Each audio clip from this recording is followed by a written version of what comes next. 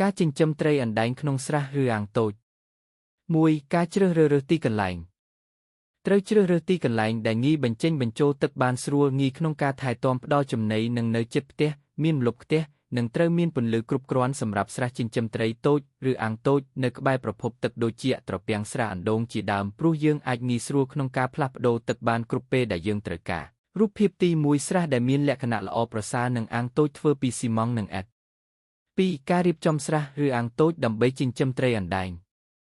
យើងអាចរៀបចំស្រះដោយជីកជាស្រះតូចដែលមានទំហំទៅតាមការចង់បានរបស់អ្នកចិញ្ចឹមការជីកជាស្រះតូចអាចធ្វើការចិញ្ចឹមបានពេល1ឆ្នាំនិងអាចចិញ្ចឹមបានពី2ទៅ3ដងក្នុង1ឆ្នាំប្រសិនបើកសិករអាចមានលទ្ធភាពផ្ដល់ចំណីបានគ្រប់គ្រាន់ក្រៅពីនេះកសិករក៏អាចធ្វើជាអាងស៊ីម៉ង់តូចទៅតាមលទ្ធភាពដើម្បីធ្វើការចិញ្ចឹមត្រីអណ្ដែងបានដែរវិធីនេះកសិករត្រូវចំណាយទុនច្រើនបន្តិច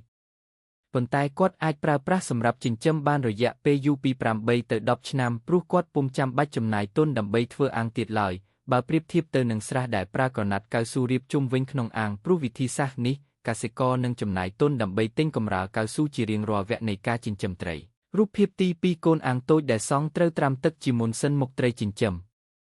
សម្រាប់ការចិញ្ចឹមជាលក្ខណៈពាណិជ្ជកម្មពោលគឺចំនួនត្រីច្រើនក្បាលក្នុង1ម៉ែត្រការ៉េស្រះគួរតែស្រះត្រីអាចមានទំហំសមស្របល្មមនិងងាយក្នុងការគ្រប់គ្រងទឹកស្រះឬអាងអាចមានជម្រៅពី 0.60 ម៉ែត្រទៅ 0.80 ម៉ែត្រទទឹង3ទៅ4ម៉ែត្របណ្ដោយពី5ទៅ6ម៉ែត្រស្រះដែលជីកដោយប្រើក្រណាត់ផ្លាស្ទិកជាទ្រនាប់ការពារជម្រាបទឹកនិងមានជម្រៅសមស្របស្រះនេះអាចមានទំហំទៅតាមលទ្ធភាពនៃគ្រួសារកសិករនីមួយៗប្រសិនបើមានលទ្ធភាពទំហំពី2ម៉ែត្រគុណ4ម៉ែត្រគុណ 0.80 ម៉ែត្រចំពោះស្រះដែលប្រើក្រណាត់កៅស៊ូត្រូវបញ្ចូលទឹកឲ្យបានមុនពេលដាក់កូនត្រីឲ្យបានជម្រៅប្រមាណ 0.40 ម៉ែត្រទៅ 0.50 ម៉ែត្រស្រះនេះអាចមានទំហំទៅតាមលទ្ធភាពនៃគ្រួសារកសិករនីមួយៗប្រសិនបើមានលទ្ធភាពទំហំពី2ម៉ែត្រគុណ4ម៉ែត្រគុណ 0.80 ម៉ែត្ររូបភាពទី3ការរៀបចំកូនអាងតូចដោយជីកដីនិងក្រាលក្រណាត់កៅស៊ូ 3. ការសម្អាតអាងឬស្រោះមុនពេលដាក់កូនត្រីចិញ្ចឹមគួរបញ្ចូលទឹកចូលទៅក្នុងស្រះឬអាងដែលបានរៀបចំរួចមុនពេលដាក់កូនត្រីចំពោះស្រះដែលធ្វើពីស៊ីម៉ង់ត្រូវត្រាំអាងចោលឲ្យបានរយៈពេលពី1ទៅ2សប្តាហ៍ដើម្បីឲ្យអស់ជាតិកំបោរជាតិបរនិងជាតិស៊ីម៉ង់វិធីសម្អាតអាងស៊ីម៉ង់យើងអាចប្រើដាំចេកកាប់ជាកង់ត្រាំទៅក្នុងអាងឬដោយប្រើជីលាងមូកូពី2ទៅ3បង្គីបាច់ទៅក្នុងអាងស៊ីម៉ង់នោះត្រូវលាងសម្អាតអាងចេញមុនពេលដាក់កូនត្រីពី2ទៅ3ថ្ងៃដោយប្រើទឹកក្តៅដាំពុកស្រោចលើអាងបន្ថែមទៀតដើម្បីសម្លប់ជាតិស៊ីម៉ង់ដែលមាននៅសេសសល់រូបភាពទី4ការត្រាំរុក្ខជាតិនានានិងដាំចេកដើម្បីឲ្យអស់ជាតិប្រៃនិងស៊ីម៉ង់មុនពេលលែងកូនត្រី 4. ការលែងកូនត្រីចូលទៅក្នុងស្រះឬអាងចិញ្ចឹម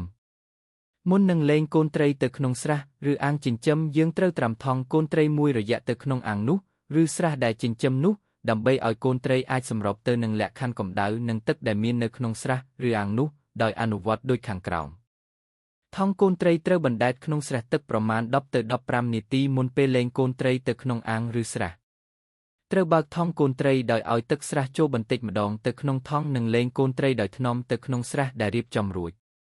គួរលែងកូនត្រីនៅពេលព្រឹកព្រលឹមឬពេលរសៀលព្រោះទឹកពុំសូវក្តៅ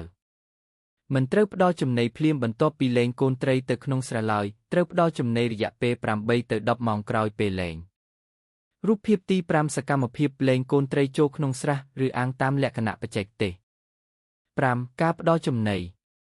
ត្រីអណ្ដែងប្រភេទនេះត្រូវការចំណីមួយចំនួនចំពោះការចិញ្ចឹមត្រីអណ្ដែងប្រភេទចំណីរបស់វាមានច្រើនបែបយ៉ាងដែលបានប្រើប្រាស់កន្លងមកភាគច្រើនអាចរកបាននៅក្នុងមូលដ្ឋានរបស់សហគមន៍នេសាទនិងមួយចំនួនតូចជាប្រភេទចំណីសិប្បនិម្មិតចំណីគ្រាប់ដូចជាកណ្ដៀរអង្ក្រងឬចន្លេង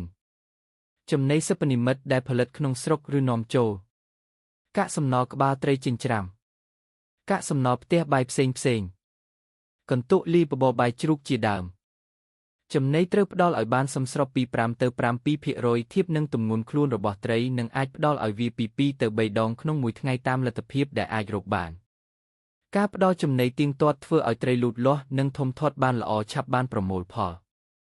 គួរប្រើប្រាស់ប្រភេទចំណីដែលអាចរកបានពីធម្មជាតិនិងកាត់បន្ថយបានការចំណាយខ្ពស់ក្នុងការទិញចំណីពីទីផ្សារដែលមានតម្លៃដោយត្រូវគិតគូរពីផលប៉ះពាល់ដល់បរិស្ថានរូបភាពទី6ចំណីធម្មជាតិសម្រាប់ត្រីអណ្ដែងជន្លេងកណ្ដៀរនិងសំណល់សត្វល្អិតចង្រិតកណ្ដូប រូបភាពទី7ចំណីសិប្បនិម្មិតសម្រាប់ត្រីអណ្ដែងចំណីគ្រាប់ត្រីកង្កែបពស់ចិញ្ច្រាំនិងបាយជ្រូក6ការថែទាំស្រះអាំងតៃនិងការត្រួតពិនិត្យគុណភាពទឹកទឹកជាក្តារសំខាន់លើការចិញ្ចឹមត្រីក្នុងស្រះឬអាងតូចអ្នកចិញ្ចឹមត្រូវធ្វើការត្រួតពិនិត្យជាប្រចាំដើម្បីឲ្យលូតលាស់និងធំធាត់បានល្អនិងបញ្ជៀសបាននូវជំងឺដែលអាចកើតមានដល់ត្រីប្រការសំខាន់ដែលត្រូវពិចារណាអ្នកចិញ្ចឹមត្រូវឧស្សាហ៍ពិនិត្យទឹកជាប្រចាំត្រូវផ្លាស់ប្ដូរទឹកប្រសិនបើទឹកមានសភាពកខ្វក់ខ្លាំងឬមានធំក្លិនស្អុយការផ្ដល់ចំណីមិនត្រូវឲ្យសោទេព្រោះបណ្ដាលឲ្យទឹកស្អុយនិងធ្វើឲ្យខាតបង់ប្រាក់កាសទៀតផងគួរផ្ដល់ចំណីនៅពេលព្រឹកនិងរសៀលរូបភាពទី8ការបង្ហូរទឹកដាក់ស្រះនិងការបង្ហូរទឹកចេញពីស្រះដើម្បីសម្អាតស្រះ7វិធីការពារជំងឺគួរឧស្សាហ៍ត្រួតពិនិត្យត្រីនៅដំណាក់កាលលែងកូនត្រីដំបូងព្រោះកូនត្រីអាចមានរបួសបណ្ដាលមកពីការដឹកជញ្ជូនផ្លូវឆ្ងាយគួរស្រង់ត្រីណាដែលមានសភាពអន់ខ្លាំងចាប់ទៅដាក់នៅកន្លែងផ្សេងប្រសិនបើត្រីមានជំងឺដូចជាអុចឬពងសនៅលើខ្លួនត្រូវប្រញាប់ព្យាបាលដោយលាយថ្នាំជាមួយចំណីឲ្យត្រីស៊ីជាទៀងទាត់រយៈពេលប្រមាណពី2ទៅ3ថ្ងៃគួរប្រើទឹកមេបំបែកឬ EM ផ្សំពីផ្លែឈើលីបាច់ចូលទៅក្នុងអាងឬស្រះត្រី10មីលីលីត្រក្នុង1ម៉ែត្រគូបទឹកដើម្បីកែប្រែគុណភាពទឹកនិងអាចជួយសម្លាប់ពពួកបាក់តេរីចង្រៃពីក្នុងទឹកនិងបន្ថយការស្អុយនៃទឹកក្នុងស្រះឬអាងចិញ្ចឹមរូបភាពទី9ការបង្ហូរទឹកចេញនិងការសម្អាតអាងនិងការមេអ៊ីអ៊ីមសម្អាតសម្លាប់មេរោគ8ការត្រួតពិនិត្យលើការធំធាត់របស់ត្រីដើម្បីឲ្យប្រាកដថាត្រីមានការធំធាត់ដែរឬទេកសិករត្រូវធ្វើការត្រួតពិនិត្យជាប្រចាំលើការលូតលាស់របស់ត្រីកសិករអាចដឹងដោយខ្លួនឯងក៏បានគឺខ្លួនវាដងខ្លួនខ្លីជាពិសេសត្រូវតាមដានវាជាប្រចាំគួរចាប់ត្រីដែលចិញ្ចឹមមកថ្លឹងដើម្បីបានដឹងពីភាពលូតលាស់របស់វាក្នុងដំណាក់កាលនេះកសិករត្រូវគិតគូរពីចំណីដែលត្រូវផ្ដល់បន្ថែមដើម្បីបង្កើនភាពធំធាត់របស់ត្រីរូបភាពទី10ការបង្ហូរទឹកចេញនិងការសម្អាតអាងនិងការមេEMសម្អាតសម្លាប់មេរោគ9ការប្រមូលផល